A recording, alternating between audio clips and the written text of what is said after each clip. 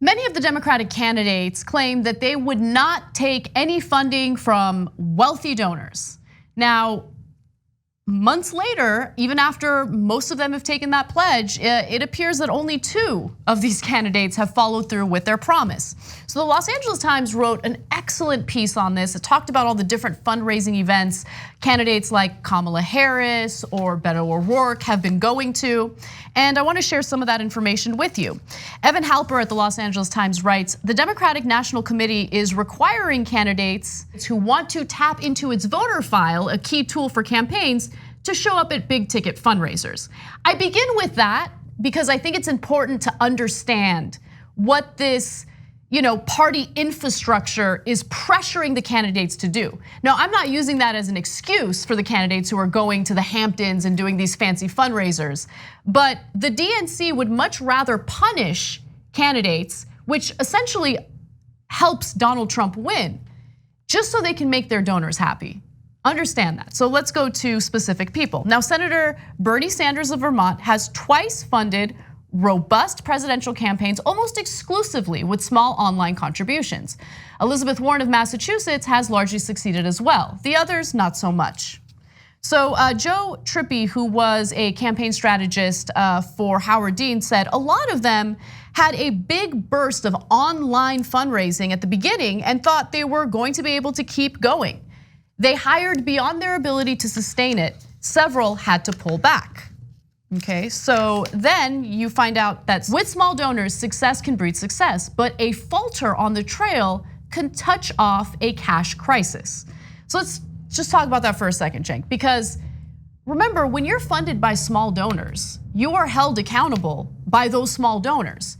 So if you're receiving small dollar donations because you're pushing for something like Medicare for all, and you're not using ridiculous lingo like, no, we want to expand on the Affordable Care Act, or we just want to improve access to healthcare, you're gonna be rewarded by those small donors. But if you start wavering on what you claim you support, you're gonna be punished by those small donors, right? Because you're gonna get caught. Yes. And both the Democratic Party and most of the media find that unfortunate. They're like, oh, these small dollar donors, they care about policy. It's so annoying. They're paying attention. Yeah, and whereas the big donors, they're like, oh, well, hey, as long as you're friends with me and give me access, I'll keep that money flowing. I don't really care what your policy is. I mean, cut taxes, obviously. Now, don't get me wrong, the LA Times piece was excellent. And it was a rare piece in mainstream media where I was like, hey, that's actually true. And that's correct framing of the story. But most of the rest of the media find it annoying when you base your campaign on small dollar donors. I just want to say one more thing about that in the phenomena that Anna mentioned. Beto O'Rourke started out with $120,000 new donors in his first week. And then the LA Times points out, and then since then it's dropped to just a few thousand donors overall.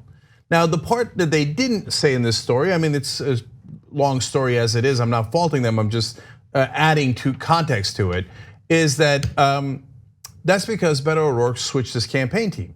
He had this really progressive campaign team that did wonderful organizing of volunteers when he was running against Ted Cruz. Then he brought in, I'm doing a fancy presidential campaign. So he brought in Obama's consultants. And so they pushed out the progressive campaign staff that was actually bringing in the volunteers and the small dollar donations. And those fancy pants Obama consultants were like, we know what we're doing. Okay, now you're gonna be against Medicare for all, okay? You're switching your policy on that right away, and you're switching your policy on all the things that you're progressive on. And then all of his small dollar donors went away. What happened, fancy Obama consultants? I thought you were so smart. No, it turns out, as usual, Democratic leadership and all their consultants and lobbyists are idiots.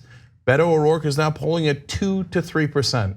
He had every opportunity in the world to win this race. He made a terrible decision, and by the way, also kind of revealed who he was. Look, Beto's got upsides, he really does, but he proved himself a confused person who was influenced by money and fancy people.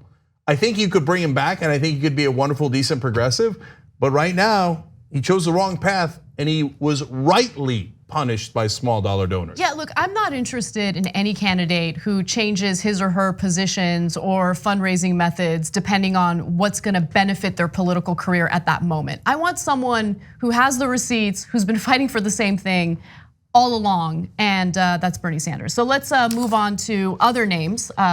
So there was a recent event that only 2 of the candidates went to.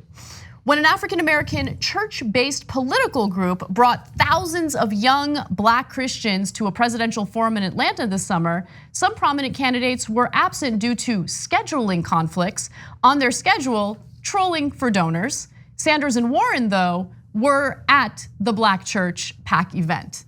So they showed up there. They were not doing the fundraising that Joe Biden or Kamala Harris were doing. Joe Biden was at a fundraiser in Delaware, and Harris. In Rehoboth Beach, Delaware, where he has a $2.7 million home. I don't begrudge him the home, okay? He wrote a book, yeah, he gave speeches, I get it, right? But he went to a fancy fundraiser, didn't have time for a Black church. Kamala Harris, bragging about how great she is on African American issues, I get it. But she was at Martha's Vineyard, I did a fundraiser there. Remember, she went to a fundraiser in the Hamptons recently where she said, oh no, I'm officially changing my position. I'm against Medicare for all, as Bernie Sanders has proposed it. Don't worry, rich people, I will protect your money. Yeah, exactly. She took shots at Medicare for all. And my favorite part of that story was not just the fact that it revealed who Kamala Harris is as a Democratic candidate, but the way Bernie Sanders responded to it. So let's just quickly go to graphic 9. He said, quote, this is via Twitter, by the way, I don't go to the Hamptons to raise money from billionaires. If I ever visited there, I would tell them the same thing I have said for the last 30 years. We must pass a Medicare for all system to guarantee affordable healthcare for all, not just for those who can afford it.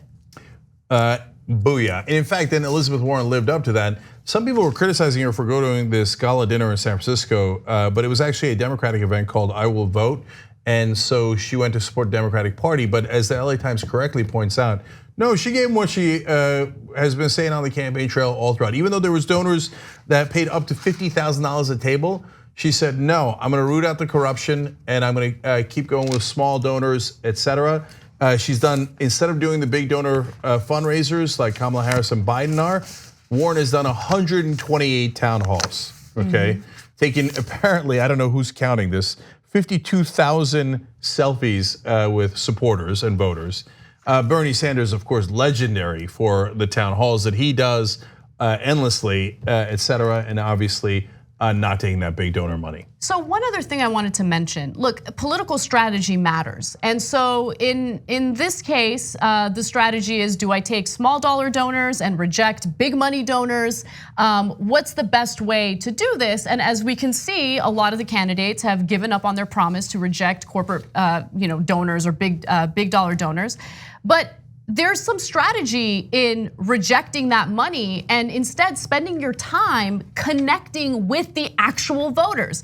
Jeff Weaver, who's the senior advisor for Bernie Sanders, says, quote, it really warps the candidate's schedule, meaning the fundraising. Your time is eaten up by other people with these donor calls and small events and traveling to these places to raise money. Bernie Sanders spends more time talking to voters and packing town halls and rallies. The more voters hear him, the more small donors come.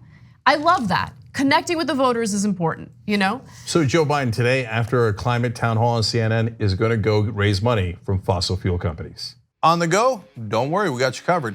You can still listen to TYT at our new podcast network. Find us on Apple Podcasts, the Google Play Store, or at tyt.com/podcast.